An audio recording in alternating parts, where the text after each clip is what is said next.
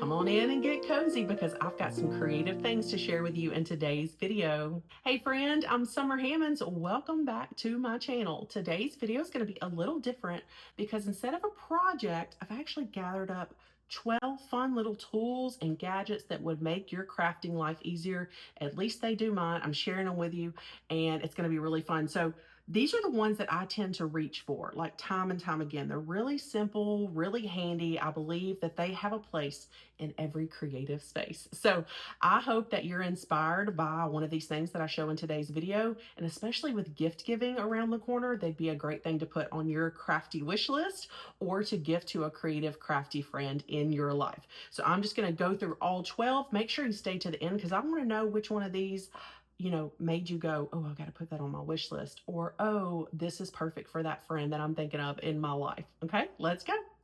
Okay, the first item I want to show you is this handy dandy silicone crafting mat. This is really great if you have a table you want to protect, kitchen island, kitchen table, something like that, wherever you craft at. It just creates a nice surface.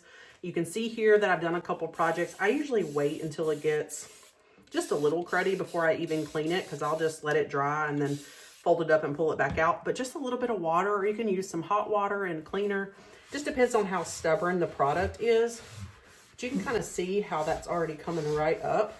And I don't know where this even came from. So I pull this out nearly every time I'm crafting. Look how easy that cleans up. It's so amazing. But what I love most about it is just the convenience of saying, this is going to be my craft space. I can pull this crafting mat out and protect whatever surface.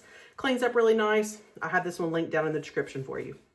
Okay, for item number 2, I'm showing you a water mister bottle. I put this little label on here, but these are so convenient to have on hand. They produce a really fine mist that can be used for a lot of different arts and crafts techniques, such as like making a paint wash while you're mixing acrylic paint. You can do color blending when you're doing art painting or furniture painting. And also if you like to do watercolor, this is an easy thing to just spritz over your watercolors to get them going and get them activated. And you saw I used it to also clean that silicone mat. It's just really handy to have around while you're creating. Okay, my third must-have is this baby wipes case. This is a refillable baby wipes case. Why do I keep baby wipes in my studio? Well, I find lots of uses on all kinds of paint techniques, wiping back excess product, even cleaning my hands.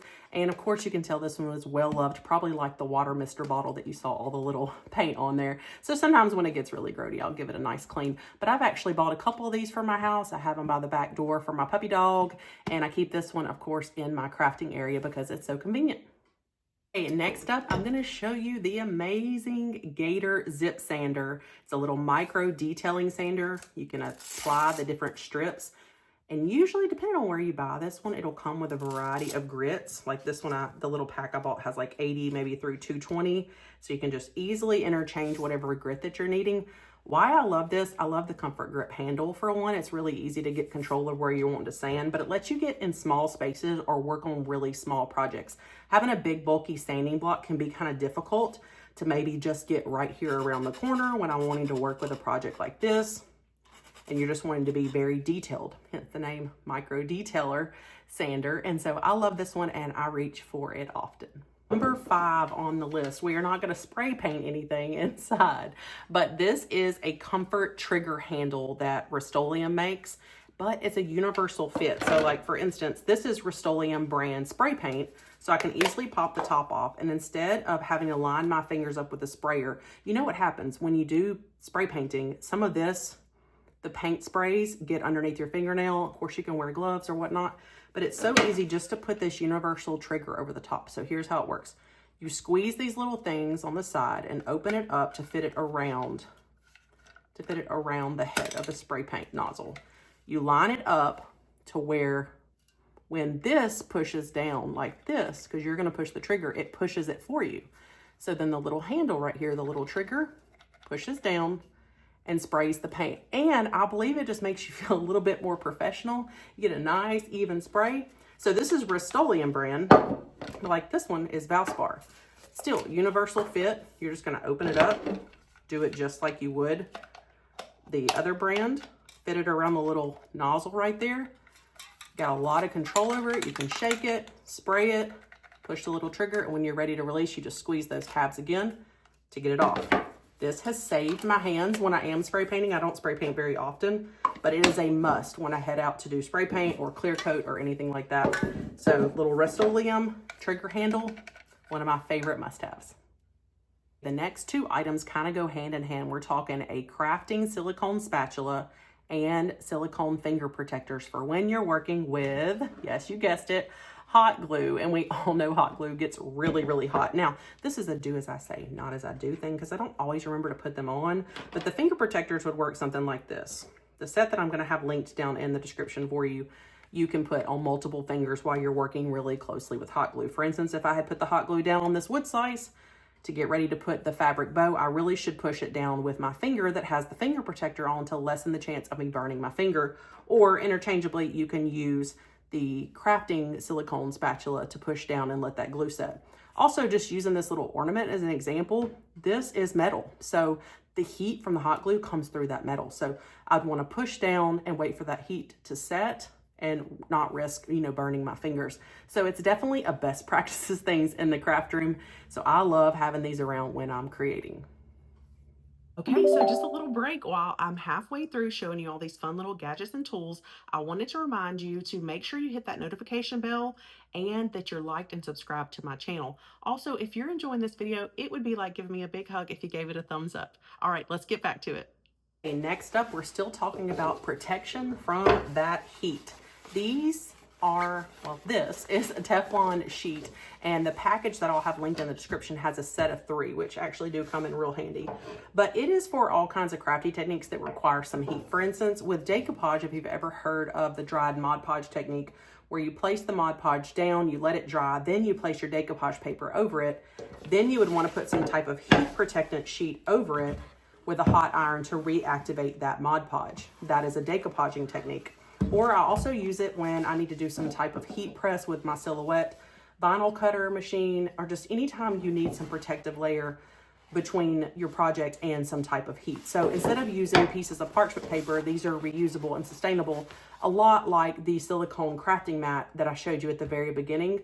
Instead of you putting down something that you have to toss and throw away and replace all the time, that's just a silicone sheet that you can clean up. Same for this one. This Teflon sheet is reusable and it is amazing.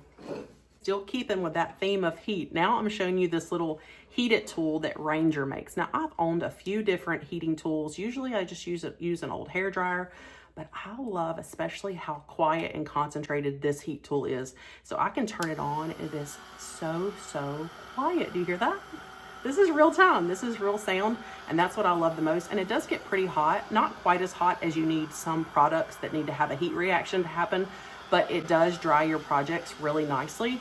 Now, I'm usually one to use caution if I don't want my paint or anything like that to crack. I use a fan to dry a lot too, but this one's pretty quick and convenient whenever you need to get in between coats, or say you're working with like any kind of arts and crafts medium like watercolor or anything like that, and painting techniques where you're needing to layer different colors and different products.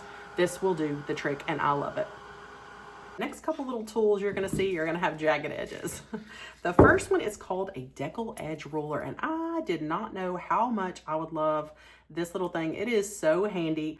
It's got 2 separate edges. One is a little bit more jagged than the other one's smooth. And the idea here is it's gonna help you create Deckle edging on the paper. Now, depending on which one you end up with, the pattern could be a little different, but the results will kind of be similar. And I'm gonna demonstrate it here on this cardstock, but I wanna show you, like, this is decoupage rice paper, and this was a printable that I wanted to decoupage on this wood block, and I wanted the little rough tattered edges to go with my rustic look. So I was able to tear it with this ruler and get those nice even edges. There are other techniques to get the little ripped edges like this, but the Deckle edge, it has proven to be pretty neat, and I'm gonna show you how it works right now. So I'm just going to use the smoother side here that's got Deckle, but it's not jagged. This is a little dangerous actually. So you got to be careful with this one. This is cardstock too. The softer papers like watercolor paper or decoupage paper will do even easier, but it works really nicely. So you just line it up to the edge where you're wanting that ripped edge. You're going to pull the paper back and you're going to pull it towards the pattern right here.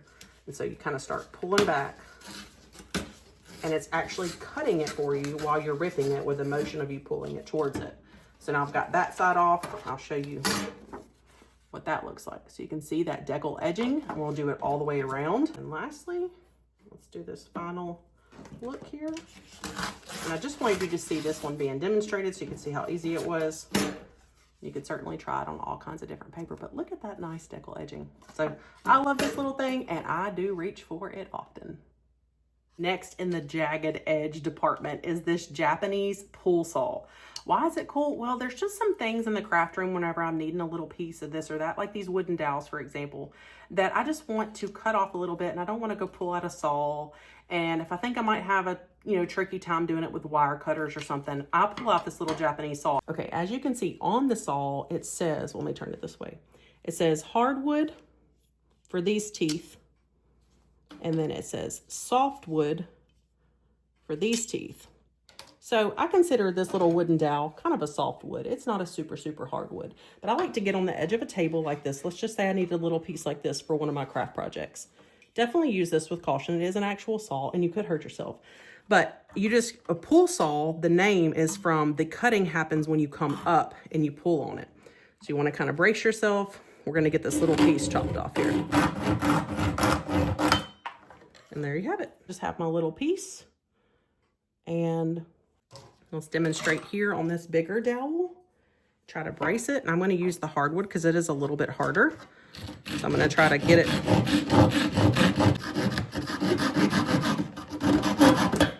And then now I have my little piece for crafting. Finally, last on the gadget tool list, my toolbox, the most recent addition is a pair of these electric scissors. They are rechargeable. This particular pair comes with a 5mm and a 9mm head because of all the different things you can cut through. But the number one reason I felt inspired to buy these were for cardboard. So let me demonstrate how it cuts through cardboard like butter. If you've ever fought with cutting cardboard with scissors, you'll know what I mean.